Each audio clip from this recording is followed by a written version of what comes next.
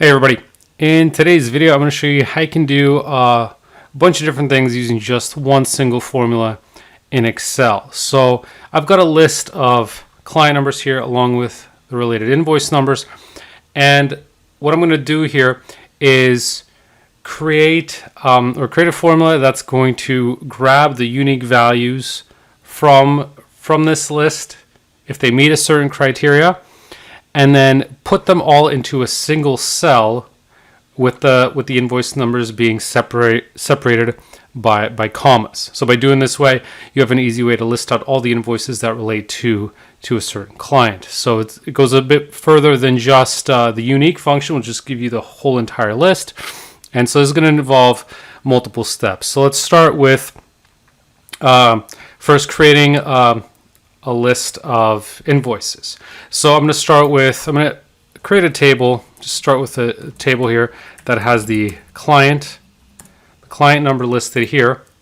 And what I'm going to do is use the filter function. Now you might not have the filter function if you're not using the latest version of Excel. So if you don't see it, then you may need to have Office 365 to see this, but it's one of the newer Excel functions, and it's really helpful in that it can filter a list for you. So rather than trying to extract something or do a more complicated array formula, you can just select, in this example, I want to pull the invoice numbers, my entire array, and then my criteria, which is what I want to include. So I want to include these values in column B if the value in column A is equal to this client number, 1000.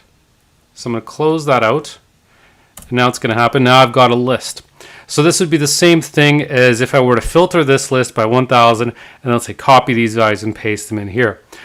Now, as you can see, one thing that you'll notice is it includes repeat values. So this is not a unique list. It just spits out all the values that meet that criteria. So the filter function is useful if you want to quickly pull in a range that meets certain criteria, and you can create more complex rules than just this. Right now I'm just looking at if the client number is equal to 1000. So what I can do is, if I also want to go a step further and strip these values out and get their unique values, then I just put this within the unique function. This is also a relatively new Excel function. So if I do that, now I do not have those repeating values anymore. That 8002, it only shows up once, even though it's listed here 3 times. So by applying the filter, first I'm getting that range, and then I'm using the unique function to say, okay, now just get the unique values from that list. So you go step by step to create a list of unique values that meets your criteria. Now you could also go one step further and use the sort function if your data is not sorted. So you'll see within all this, I can now sort this list. So right now it's already sorted, but let's say I want to change the sort order to, let's say, descending order. Right now it's an ascending order. So now we can say I reverse the order. So if your data is not sorted, you can use the sort function to do that. By default, it's going to go from smallest to largest, but you can certainly change it if you want. So here we've got 3 functions working together. We've got filters the list based on my criteria, got the unique values, stripping away the repeat values, and then the sort function, which allows me to sort it. So there's a lot of different things going on in here. Now, you may still want to put this into a comma separated format, and the reason being is, if I've got, let's say I want to do this for these different client numbers, I can't do client 1002, I can't do 1003, because the problem here is, it's overlapping, right? I can't enter a formula here because there's an array here, right? And the other part of it is, even if I had them, let's say, going across, one client may only have a handful of invoices, another one might have a dozen, right? Another may not have any, right? So you'd have all these varying list ranges. Some might be long, some might be short, and so it wouldn't be very consistent, wouldn't be very neat as far as displaying it on your spreadsheet goes. So the one thing we can do is use yet another new Excel function, and that is the text join function. So I'm going to put that within here. Again, putting all this nested within here. So the text join function, the first argument is the delimiter. So this is how I want to break out how I want to separate these different values. And because I want a comma separated, I can just put in quotations, put a comma there, right? So it's going to separate each value by a comma. Now you obviously can do something else. You can do periods, you can do dashes, whatever the case may be. And then I'm going to specify that I want to ignore empty cells, because otherwise, if you've got a big data set and there's blanks, it could look a bit odd where you've got blanks within there. So I think in most cases, you're probably going to want to set this to true, just because you don't want to be including empty values if you don't need them. And then lastly, we've got our list. So, you could specify the individual text values that you want to put in here. We've got text 1, text 2, text 3, but we've already got this list that's been created thus far. So we just put this entire result into here.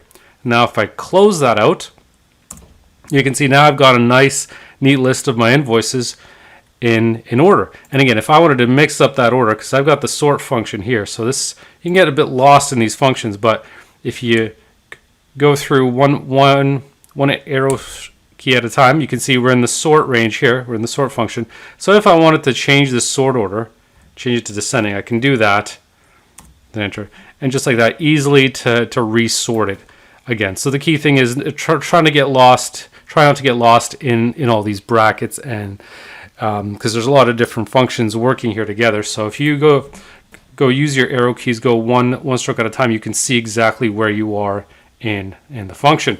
And so it can be incredibly useful, because now what I can do is, because I've set my criteria to this value here in cell D4, I can copy this formula down, and now it'll work for my other invoices, my other clients. So for client 1002, we've got those invoices, 8005, 8006, 8007, 8008, right? And there's other ones further down the list. So the good thing about this is, now you've got a much more versatile formula that you're using here that, you can copy down and easily expand. And now it's all within one cell. You don't have to worry about these ranges spreading across multiple rows or multiple columns.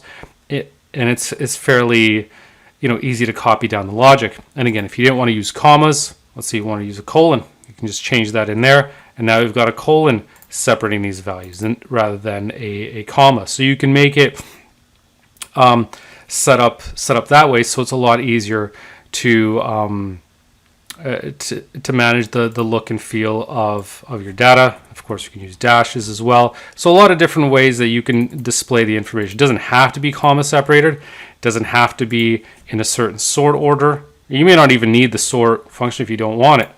But the point is, you've got a lot of flexibility in how you sort and display the data and show it. So rather than having to do this in a manual process, copying or filtering the data, copying the invoices, you have all that happening in one single formula. So just a quick recap here. So we started with the filter function. What this function does is looks at the values in column A here and says, okay, if they're equal to this client number, pull those values from column B. So it creates that list for us, and then the unique function takes over at that point and takes the unique values from that list. And then the sort function takes over, and then it sorts those values. So now we've got our list of values.